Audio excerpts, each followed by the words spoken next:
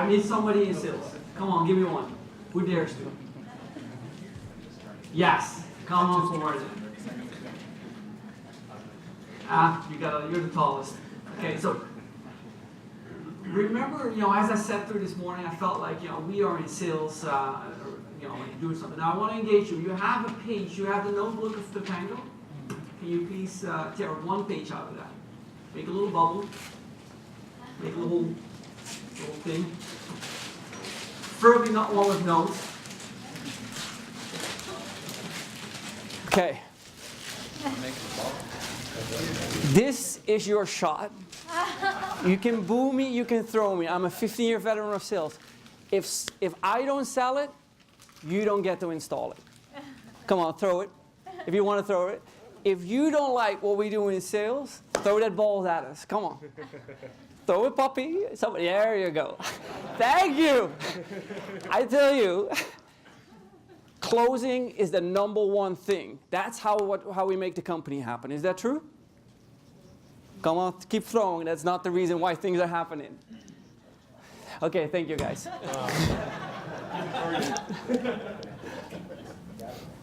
Yeah, the reason I say this is because over the past years, I have to say, we have taken sales in the totally wrong direction. And as I now see where we stand, and as I sit here amongst you as customer success, I realize that customer success is the most important role that we have inside companies and driving us moving forward. It is the catalyst that will put everything back on the road. And today I'm going to try to talk to you about it and give you a couple of examples. Now, last week I was at a Forrester conference. To give you an idea, this was of sales professionals, and they were asking everybody to put their equipment down. I will ask you to do actually the opposite. I want you to engage through however means you have, whether that's verbally or whether that is you tweeting and what so on. What I also noticed is that as one member of the audience and as I was listening to the sessions, that I've effectively had more knowledge than several of the presenters. Not maybe in the entire context, but elements of it, my knowledge by far exceeded what they were presenting. And as I was talking to my colleagues around me in the audience, I saw the same thing and we were talking about it. What I noticed is it's such a start of an industry that the knowledge is actually you in this room together, not me. It is not my role here to come up and give you like 4 or 5 great action points, run away with it. That, I think, is a misunderstanding. What I can do, with you being the battery, is being and acting and trying to be that switch, right? Because if through a provocative statement, I can make an idea happen, then I have really what I believe is value to you. Please, contribute. I have set up several ways that automatically Buffer app will start firing off this presentation and tweet things out. But I also noticed that, yes, it is after lunch, and yes, we are having a little bit of an energy draw. So in case of any of you, like are doodling, I want to encourage you to yell Jacco, because what is needed to get energy going is we need a little Red Bull. Anybody want a Red Bull? Jacco. There's 2 or 3 more. Anyone more? Yell them. Oh, you got to catch. I don't dare to throw him because if I hit somebody, Dominique, can you help him out further? Keep yelling Jacco, and then we'll see how far the one goes. Can you do?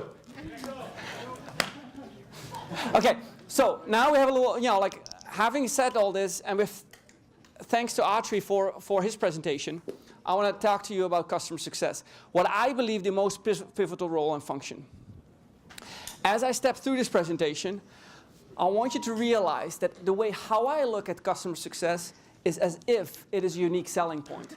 It is the way how we make a difference. Now, Sam this morning, when he brought up the 5 reasons or the list of reasons why people chose from him, his #2 reason was customer success, the relationship. That is something that you control, that we control inside the company. But there is a major problem. And the problem is we have a major roadblock. Your roadblock to customer success is sales and marketing. Whether you realize it or not, it is not how we have built the company. So, where we see customer success taking place at the back end, I'm going to show you why that roadblock is occurring and where. First point. A customer has a problem, and for that problem he's looking for a solution. He's not necessarily looking for customer success. He just wants his problem solved.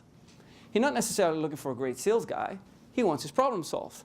He doesn't look for a flashy marketing. He wants his problem solved. The number one priority why you buy something is to solve your problem. So what do we do in sales?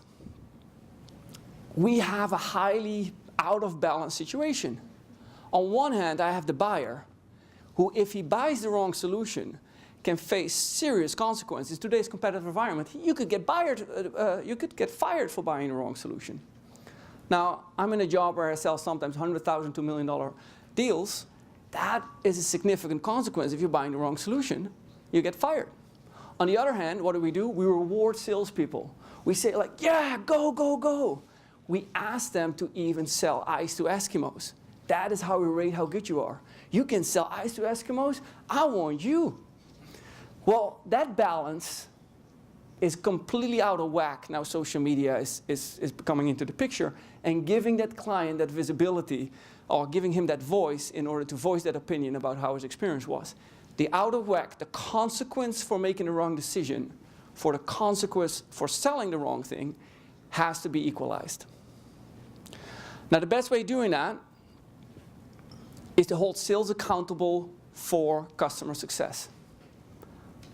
Yes, sales dips into many pieces and many monies. They will have to figure a way out how to compensate that, whether that is intrinsic or monetization. We have to compensate, find a way how to compensate for sales success. Not just hold them accountable for the client paying. That is not customer success. That's how we currently look at it. Sales, you're going to get paid when the client paid. That doesn't equal customer success. The second point is when it takes inside the funnel. Now, about 3 months ago, I'm at a sales conference, and over there, a major name in the industry is holding up his wallet, and he's telling the world, if you want to talk to sales, you got to talk to their wallet. Imagine if you would see that at a medical doctor's conference. Imagine how you would feel next day when you walk into his office, and you go like, this person is money motivated. Why? It doesn't make sense. Yet in sales, we embrace it, we elevate it, we make it an art. That is wrong. We got to stop doing that. We cannot make making money the number one goal that sales has. The number one goal should be making your customer successful, solving their problem, for which you will be compensated. Many of you have heard the term coffee is for closers. Yes. If I say ABC, always be? Always be closing. Can I do that one more time? Always be? Closing. Exactly. This is how we teach. Right now, there will probably 1,000 sales meetings going on, and a sales leader will say, always be closing. We got to stop doing that. So the second action item is, how do we make client success part of the culture? If we stand up and we say, always be closing, there is no terminology in there, oh, by the way, make the client successful. We got to solve that. The third one.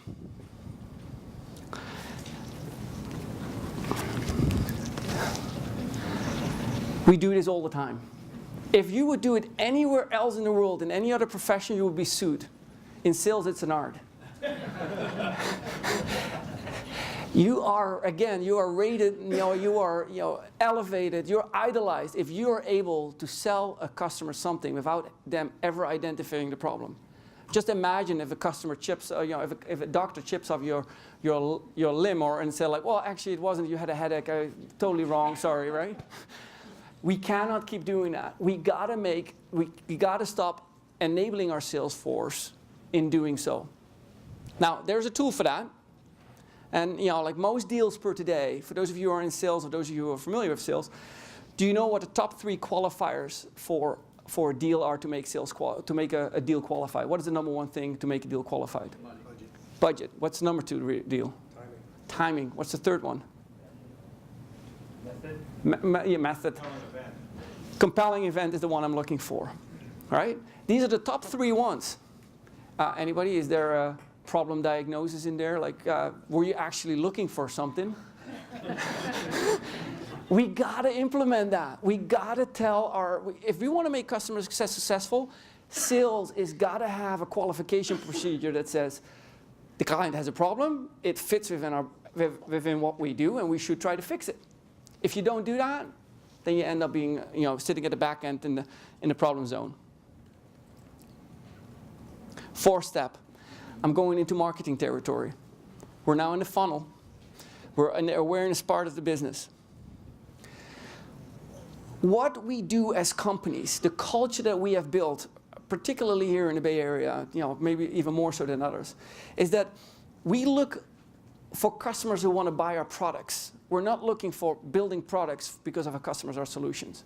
That mindset has got to change. We got to make sure that the first thing we do is we are trying to help our clients. And so the next section is, as you may have seen, some of you have ever seen Simon Sinek and how he talks about the why, the how, the what.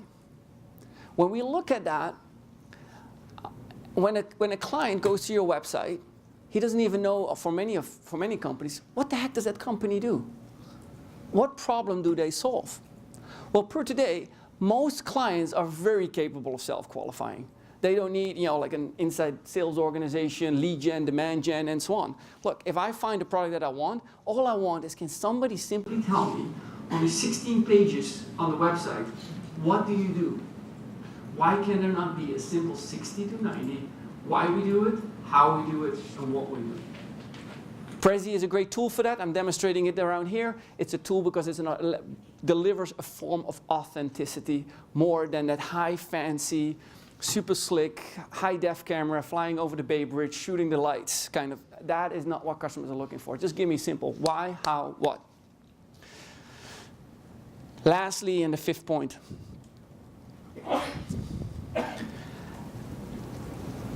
We need to care about why we saw helping the clients to solve problems. If we don't care, and we show we don't care, then they're not going to care about us.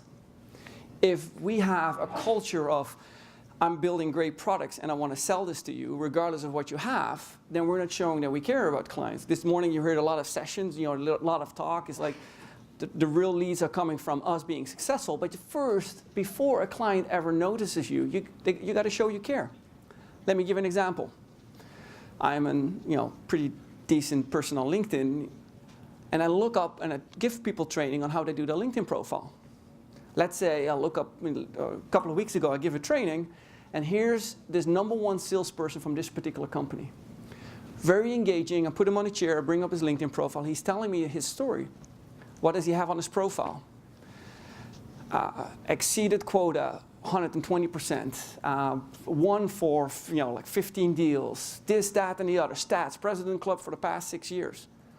Well, if you're a client and you're looking up and you have a meeting with somebody, even if it's on the phone, you look up, okay, who is that person? And you see winner, winner, winner, seller, seller, gross margin.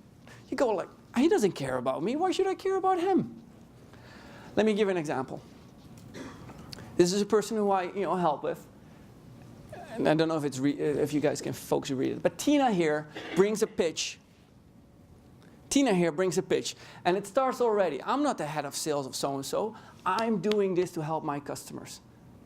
Her first engagement, for the first person who steps in and reaches out to Tina, doesn't see X% of quota. They see this person is trying to help me. Next, if you read what is going on, this is Tina's write-up on how she tells the world what she does. This is the next generation of salespeople. They are not here to help you buy something. They're here to help you solve problems. We gotta let everybody know that salespeople care. If you go back, and as you go back tomorrow or later on, I hope you will forward this presentation to your sales associate or somebody in sales in a leadership position and say, like, look at these 4 or 5 key points. Does it provoke any action? Should we talk about this? What can we do? Should we still call this a sales process? Are we truly in a process? Are we considering that the role of our sales organization is to sell, or effectively are we helping them and becoming a problem-solving company?